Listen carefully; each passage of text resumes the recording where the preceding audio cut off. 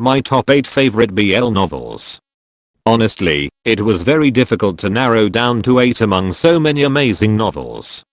This ranking may or may not be the same as yours, as we all have our favorites and preferences. If there are any amazing novels not on the list, leave a comment below and let me know. I might not have read it. Anyway, some of these novels may not be completely translated or available. Without further ado, let's get right into the video. Number 8. Rebirth of a canon fodder from a novel. If you enjoy reincarnation and revenge plots, then this will be an amazing read. Mo family had only one girl in 4 generations who was adored and beloved by the entire family, as a tragic contrast to her twin brother, Mod, was disliked by everyone. Countless scolding, neglect, double standard treatment and even abuse in the name of education, he turned black after his 18th birthday. Eventually, he had a tragic ending at the hands of Mo family, who forced him into a mental hospital and died on 25th birthday.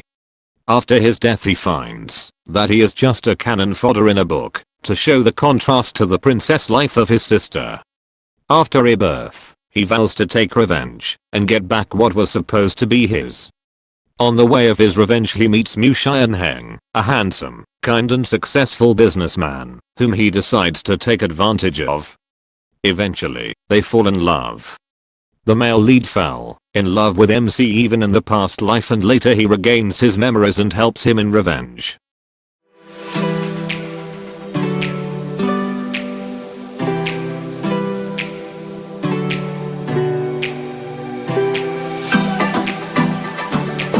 Number 7. Stone Age Husband Raising Journal. It is a very light-hearted and laid-back novel. If you are all for fluff and relaxed books, then this is a great choice.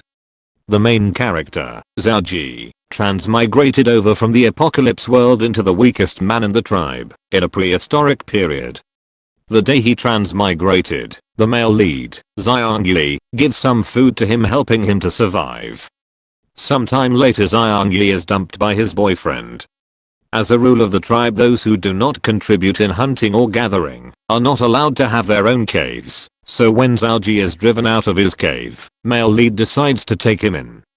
For Xiangyi, Xiaoji is a weak man, incapable of taking care of himself, likes to eat grass, and cannot hunt for himself. Whereas MC wants to lead a peaceful life without any responsibilities, so hides his strength from the entire tribe. The contradiction between what others think of MC and what he actually is very funny. It is a very simple novel without any deep conflicts, unnecessary misunderstanding and smooth sailing plotline.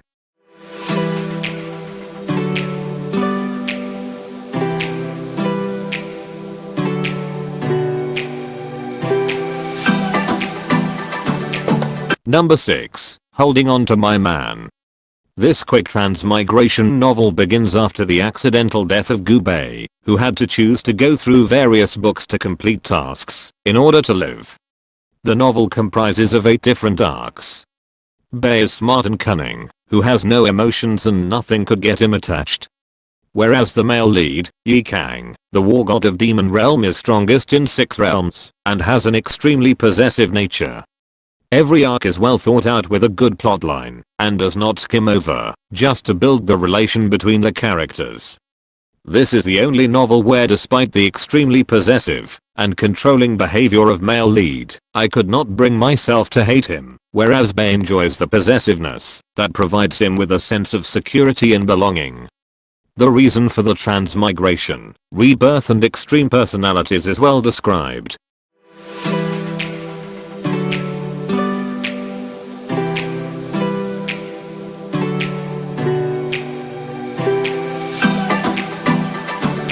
Number 5. Rebirth of a Movie Star.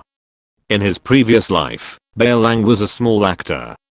He engaged in a relationship which he thought to be true love but was betrayed, condemned by the whole internet, and later died of heart attack. After death, he finds himself looking over his own funeral, only to find a lone black umbrella shielding him and someone with their own hands taking his ashes to the cemetery. In this new life, Bei Lang decides to take up a different path. To repay his boss, Qiu Khan, for holding up the umbrella, and completely cut off his family, he decides to become his cat lover. The best, loveliest and most adorable part of this novel is Ziohei, Kain's son. He is a sweet, soft dumpling. You can't help but fall in love with him. It is neither a revenge, nor face slapping, or a revolutionary golden finger story. Baelang only wants to lead a normal and peaceful life, than being indulged in past life experiences. As all of them start living together, they begin their new lives. The love between the leads grows slowly, but it feels more realistic and moving. Their love for one another is expressed through their actions and behavior. It is one of the must-read books.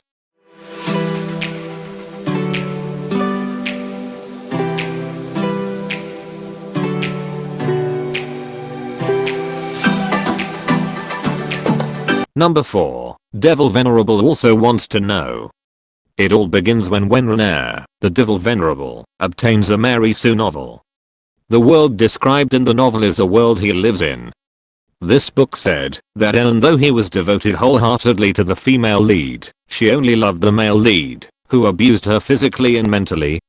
After he sacrificed himself for the female lead, the fourth male lead, his trusted and loyal subordinate, Yin Hanjiang, blackened and attempted to kill her as a sacrificial offering for his lord. The first page of the book stated that due to an overabundance of plot holes, the story was rejected by its readers. Thus, the most popular character was selected to personally verify the story's consistency and make suitable changes. The thing Wenren couldn't figure out was that the book said he would fall in love with the female lead, take on the world for her. The cold and dispassionate Wenren couldn't understand this. How could he, for the sake of protecting her, risk his life to help the male lead, because she asked him to? He knew if he didn't get to the bottom of these things, the obsession might give rise to an inner demon that would obstruct his cultivation. He had to figure out these matters, not necessarily to fulfill the assignment he was given at the start of the book, but just to settle his mind. As his journey begins to look for answers, he finds another book with the male lead as protagonist, and from his perspective. The book also gets Wenren to look at Yin Hanjiang in new light. He discovers that he might not know his subordinate as well as he thought. Along the way he finds that Hanjiang has always loved him to an extreme point, and the only purpose of his life is to protect his venerable and be a worthy sword. One of the best part of this novel is, every character has its own quirks, and is super interesting, and fun in their own way. It's a deep dive into how your actions only make sense from your perspective, but from someone else's it may seem insane or irrational.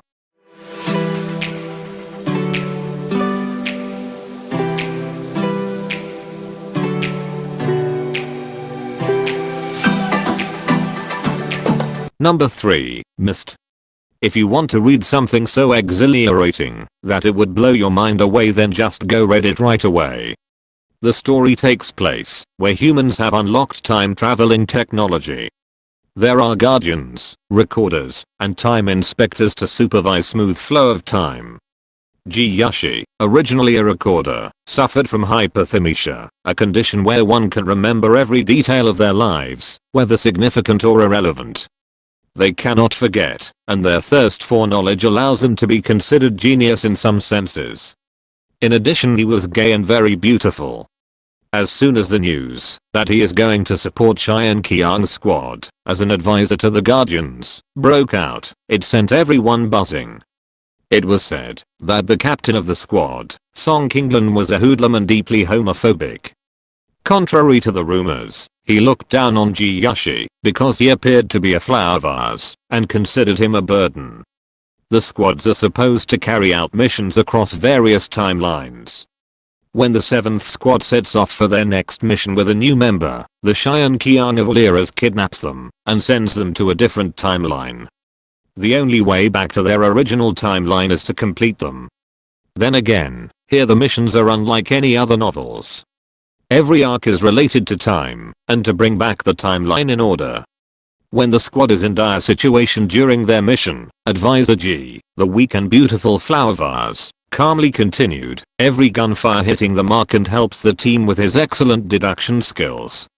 Concept of time, it's important and its consequences play a heavy role in this novel. It is full of mysteries and plot twists. The author manipulated it to its highest degree, making it a big puzzle piece. Here time is not linear, but past, present, and future exist at the same time. Time is circular. It cannot be discerned where it all began, and where it all ends. A fair warning, it is a little hard to follow, and has a lot of confusing theories, but instead of feeling exhausted it gets you all riled up. It would have ranked first on the list, the only reason it is third is because its ending was kind of disappointing for me. It does not give off the climax feel, and there are some loose ends, where some questions are not answered. Nonetheless, I enjoyed the journey so much, that it had to be on my top 8.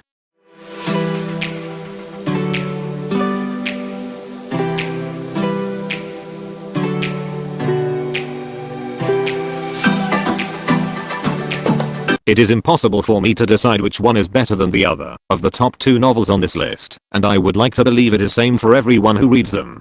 So the next 2 are interchangeable, in ranking person to person. Number 2, Heaven Official's Blessings. If you are looking for an undying love story then this is it. It is a story about a prince and a commoner, a god and his devotee, a general and his soldier, a trash collector and a rich city lord, a god and a ghost. It is the story of Zelion and Hua Cheng. After 800 years of leading a human life, Zelion ascends to godhood for the 3rd time. Initially the crown prince of a kingdom, he was loved by his citizens, and was the darling of the world.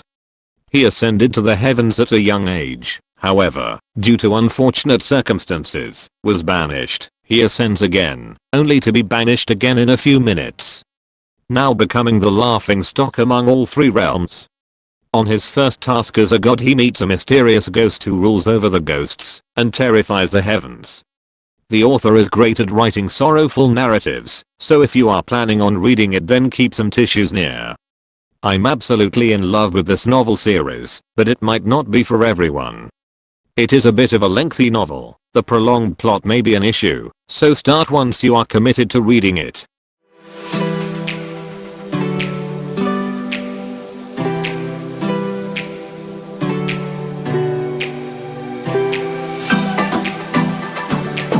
Number 1, the founder of diabolism. As the Grand Master of demonic cultivation, Wei Wuxin roamed the world, hated by millions for committing acts of necromancy.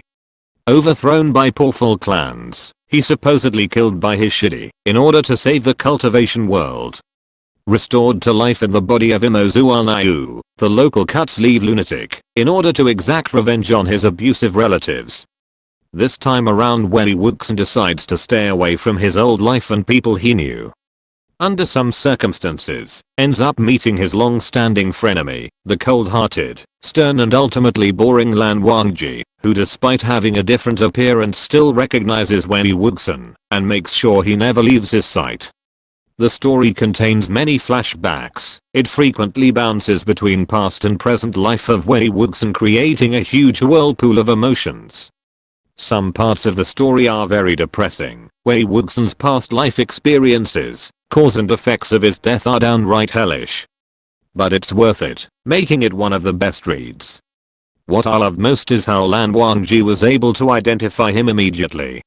It is an enemies to lovers story. Wei Wuxin is kind, loyal, brave, mischievous and an extremely shameless troll, in short a very fun and sunny character. On the contrary, Lan Wangji is cold, follows every rules, barely speaks, stone-faced and an absolute gentleman. I'm trying to keep it short, so that I don't end up giving away any spoilers, but there's no denying their love is so heartwarming, heartbreaking and heart-rendering, with a very solid and thrilling plot. P.S. It has the best confession I have ever read, or will ever read.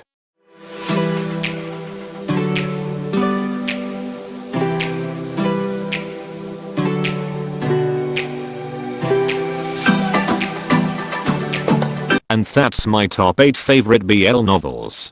How many of these novels have you read? And which ones are your favorites? Please let me know, and don't forget to suggest me some novels too. Thank you for watching, and see you next time.